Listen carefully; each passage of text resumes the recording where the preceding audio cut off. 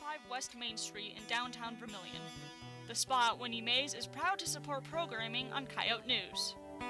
The Spa at Winnie Mae's, providing salon and spa services for men, women, and children. Coming up on Coyote News, the first public iron pour at USD. Plus, a campus building reopens after a $3.1 million renovation.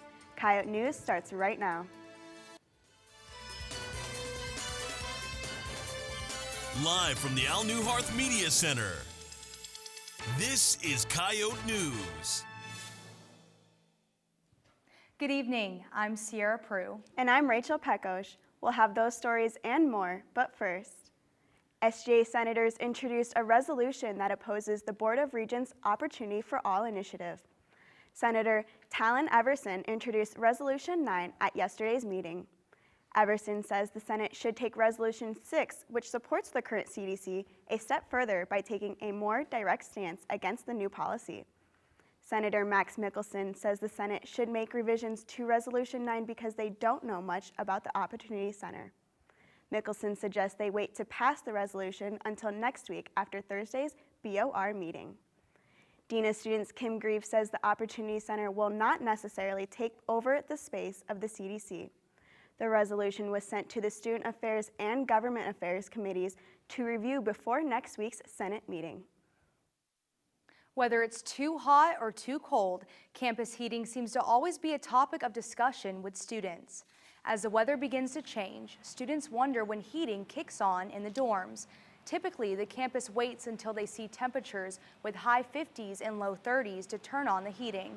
The older campus buildings have to go through a central heating plant, which provides heat to various buildings. Newer campus buildings have a standalone heating system that uses an air handling unit to provide heating or cooling, depending on the temperature. For students wondering why some buildings may be colder than others, temperatures in buildings are dictated by thermostats in individual areas. So if you're feeling a bit cold, the solution may be easier than you think. This year was the first time the USD sculpting program held a public iron pour in their sculpting yard north of the Fine Arts Building. Previously, the iron pour was hosted at a farm northwest of Vermilion, as Coyote News' Dre Hill reports. The low cost of iron allows students to get more repetitions with their work, which allows them to learn more processes. The annual iron pour is a chance for students to get more of a hands-on experience with the foundry. Well, an iron pour is pouring iron. So iron is a pretty industrial process, but it has been hijacked by artists for about the last 70 years. It's a miniature industrial process that we've shrunk down so that we can control it and work it with a smaller amount of people and smaller equipment, less money, but more creativity. I just think it's really special that the university department allows us to have this opportunity. I never had this opportunity in college to be a part of sculpture where iron was being poured. And so I think that's really what makes this moment really powerful, is being able to actually be involved and not just sit on the sidelines and like part of the action in making your mold. That's been something I've really looked forward to, so I'm excited for tonight. Within 24 hours, the iron will cool enough so the participants can open the molds to then reveal the sculptures. Reporting from Coyote News, I'm Dre Hill. More pours are scheduled for the new sculpting yard and elsewhere in the Vermilion area as events grow and more furnaces are built. A Sioux Falls woman was convicted of manslaughter Friday in the death of her newborn son, whose body was discovered in a ditch 40 years ago. 60-year-old Teresa Bentis entered an Alford plea to first-degree manslaughter in agreement with prosecutors. 2 murder charges were dropped, and Bentis is allowed to maintain her innocence but plead guilty. The newborn, known as baby Andrew, was found wrapped in a blanket in a cornfield ditch in Sioux Falls in 1981. An autopsy determined he died of exposure. Police arrested Bentis in March 2019 after investigators determined through advanced DNA testing that she was the mother. Bentis is scheduled to be sentenced December 2nd. So to come on Coyote News, a celebration for LGBTQ+. Stay with us. The Media and Journalism Department has opened my eyes to a world of new careers and occupations that I never knew were possible. I'm an M&J major because I wanted to be a part of something that is important, and Whether we realize it or not, media and journalism is around us every single day. The media and journalism department has allowed me to gain pretty hands-on experience and jump right into student media activities.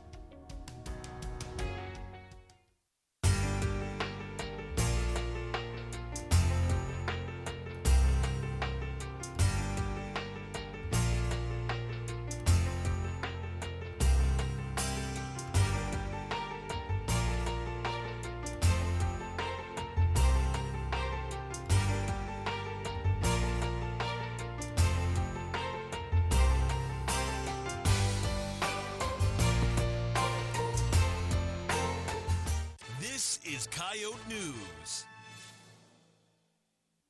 Advocates for legalizing recreational marijuana in South Dakota announced yesterday they're trying for a second time to legalize cannabis possession and cultivation through a ballot initiative. South Dakotans for Better Marijuana Laws have launched a signature gathering campaign in the coming days after the Secretary of State approved a ballot initiative proposed for circulation yesterday. The proposed law would allow people 21 years and older and over to use and grow pot for personal use. It would place a 1 ounce limit on the amount that people could use or share.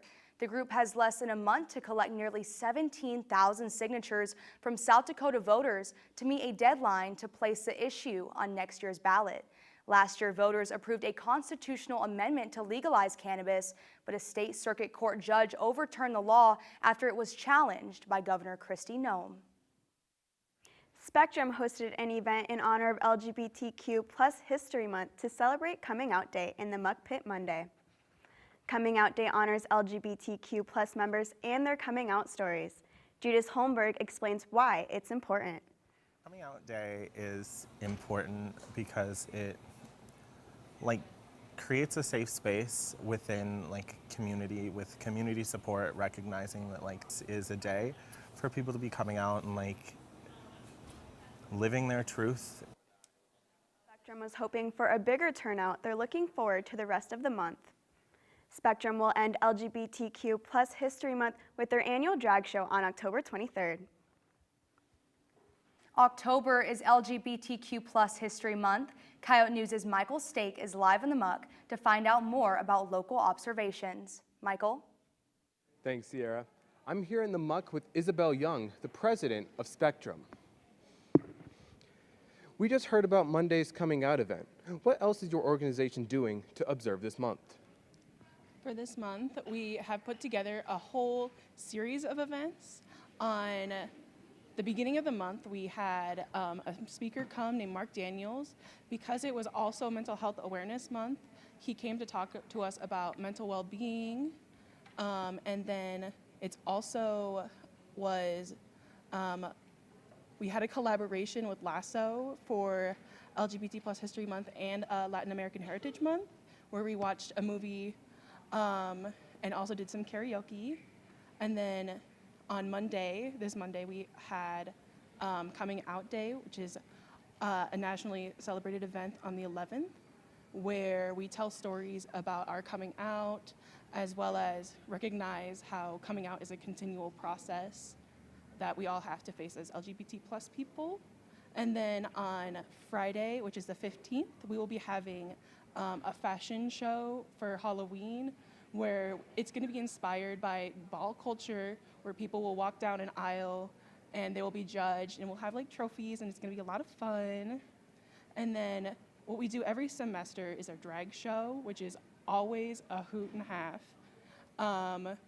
And that is, if you've never been to a drag show, it's pretty much the biggest celebration of queer identities and breaking from traditional gendered ideas and making, money for the community.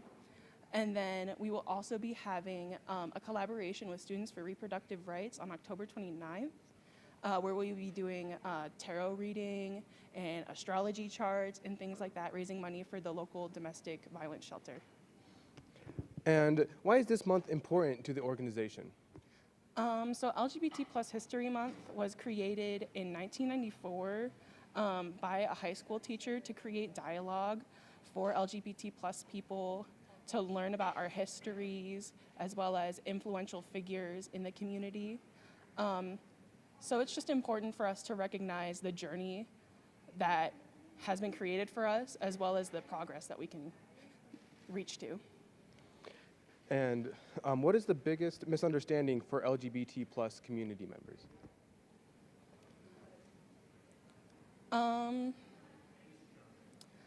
I think the biggest misunderstanding would be that we're out here trying to indoctrinate people, or that our lifestyles, as people call it, are damaging. But we're just out here trying to be free and live our lives just as everyone else is. Thank you. Coming up on Friday is the Great Pumpkin Gala in the Muck Pit at 5:30. Sierra? Thanks, Michael. Spectrum's annual drag show will be held on October 23rd. After being closed for more than 4 months, Colton Recital Hall is open to the public following renovations. The hall's construction includes new seating, flooring, lights, and much more. The Recital Hall's grand reopening kicked off with USD's Music Department Chair David Holdusen and Fine Arts Dean Bruce Kelly explaining $3.1 million renovations. Multiple music performances included a variety of classical pieces, giving listeners an understanding of the new acoustics in the environment. Colton Recital Hall is located in the east wing of the Warren M. Lee Center for Fine Arts. Classes and lectures are often held there, along with concerts, plays, and speaker presentations. Fine Arts also is conducting the Take Your Seat campaign. You can donate to the college for an engraved plaque mounted to the seat in the recital hall. If you'd like your name on one of the 450 seats, information can be found on USD's Foundation website. It's midterms this week, which means vacation is getting closer. In this week's First Out and About, we asked students what their dream road trip would be. Here's what they had to say. My dream road trip would be to New York because it's just a little different from anywhere in the Midwest. Utah because it's pretty. Across the United States to cover as much ground as possible, because then you can do really whatever you wanted. Oregon or Utah, because I've never been there and there's lots of pretty views to see. Japan. It's a really small country. It's like smaller than Texas. You just like start at one end, you walk all the way out there. Probably travel from like one coast to the other coast with all my friends. See a bunch of states on the way there. Montana. I think Montana is a really beautiful state. It's got a lot of like foresty areas. California, just go to the beach, and then maybe hit some national parks one there. I really want to go to Seattle, and I want to take the Amtrak there, because I think that'd be a really cool experience. Arizona, Saucony Florida College Town. The football team is ranked number 21 at the FCS level. That's right, Rachel. When we return, Kyle and Sydney will have details on that game and more.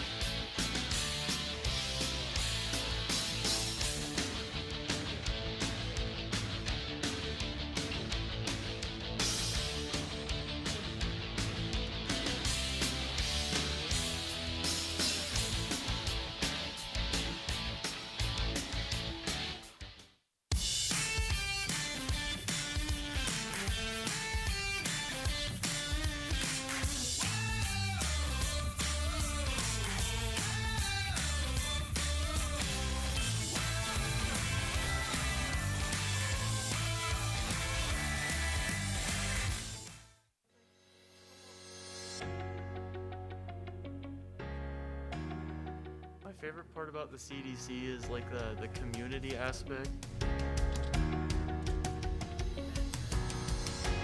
All the events have really good food and like activities and things that you just learn new things about.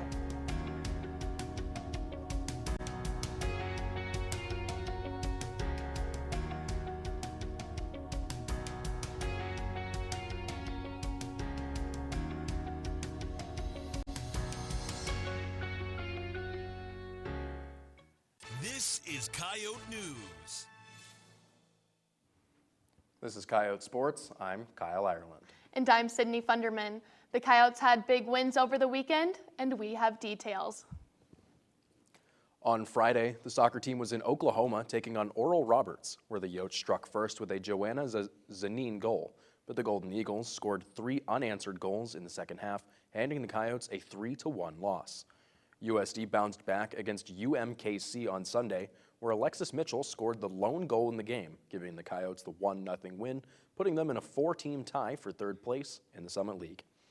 The soccer team will be back inside the First Bank and Trust Soccer Complex this weekend, taking on the 2 North Dakota schools, with UND at 6 o'clock on Friday and NDSU on Sunday at 1. The Coyote women's swim and dive team kicked off their season with a 198-100-point win against Minnesota State inside the Dakota Dome pool. The Yotes won 13 of 16 events, breaking 3 different school records in the process. Freshman Emily Kahn now holds the 50-meter freestyle campus record. Sarah Mayer set the mark for 100-meter butterfly. Those 2 swimmers plus Christina Spalmer and Megan Atwell hold the school record in the 200-meter relay quartet. USD looks to carry their success into their match against Iowa State on Saturday afternoon at 1 o'clock inside the Dakota Dome. The volleyball team won all 3 of their matches last week, sweeping St. Thomas, Western Illinois, and North Dakota. The Yotes took down Summit League newcomer in the Sioux Falls Pentagon by the scores of 25-21, 25-11, and 25-18.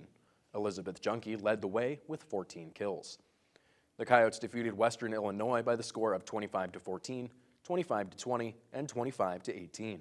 Brooklyn Ballweg and Lola Weideman had 3 aces each.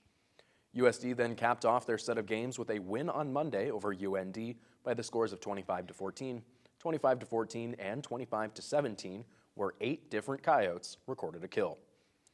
The Coyotes look to continue their role versus the top 2 teams in the Summit, playing Omaha at 7 o'clock tomorrow night and Denver at 2 o'clock on Sunday, both games being on the road. High schools marching bands from all over the region are heading to Vermillion to compete in the Quad State competition. Coyote News' Philip Larson is live in the muck to learn more. Phil? Thanks, Kyle. I'm here with Darren Wadley, who's a music professor here at USD. Darren, thanks so much for being here. Great, thank you. So this Saturday is the Quad State Marching Band Competition. What does it mean exactly to have 16 different schools competing inside the Dakota Dome? It's a pretty cool deal. We've had this competition for years, for probably 20, 25 years at least. And this is usually the end of their season. And so this is kind of the culmination of all the work they've done for the season. And to be able to play inside, it's really special for all the schools as they come here. And how does USD exactly benefit from hosting this competition? Well, we get to show off our beautiful Dakota Dome, and that's a great kind of selling point for a lot of schools that have to march outside in the rain and the weather and everything. But also just kind of shows off campus and gets the students here, and we get to meet with all the band directors, meet with all the students, and so it's just great having high school kids on campus. Gotcha. And is there any insight that you can provide us on what the Sound of USD will be performing this Saturday? We'll be performing quite a bit from a lot of our shows because we have as much time as we want. Usually in the game we have 7 minutes, 8 minutes to perform. Well, we have 20, 25 minutes if we want to take it. So we're going to do selections from our halftime show, from our pregame show. Of course, we'll do all of our fight songs and everything. But we'll kind of take a time and play a pretty big show for all the students. We're actually playing 2 shows during the day, once in the early afternoon and then once in the evening for all the different schools that are there. Sounds exciting. Great, thank you. Yeah, thank you. Live in the muck for Coyote News, I'm Philip Larson. Thanks, Phil. The competition will be held on Saturday in the Dakota Dome. The Coyote football team defeated number 15 North Dakota by the score of 20-13 on Saturday. The Coyotes scored on their first drive with a Carson Camp touchdown throw to Caleb Vander Esch. The Yotes entered halftime up by 3 with the score of 10-7. In the second half, senior kicker Mason Lorber nailed a 54-yard field goal, which ties the USD school record. South Dakota was able to fend off the Fighting Hawks en route to their 4th win on the year. This win gives the Coyotes a victory over a top 25 team in 9 consecutive years. The Yotes are now ranked number 21 at the FCS level, and they'll be taking on number 17 Northern Iowa this Saturday at 4 o'clock in Cedar Falls. That's all for your Coyote Sports. Coming up on Coyote News, students told us what item they can't leave home without.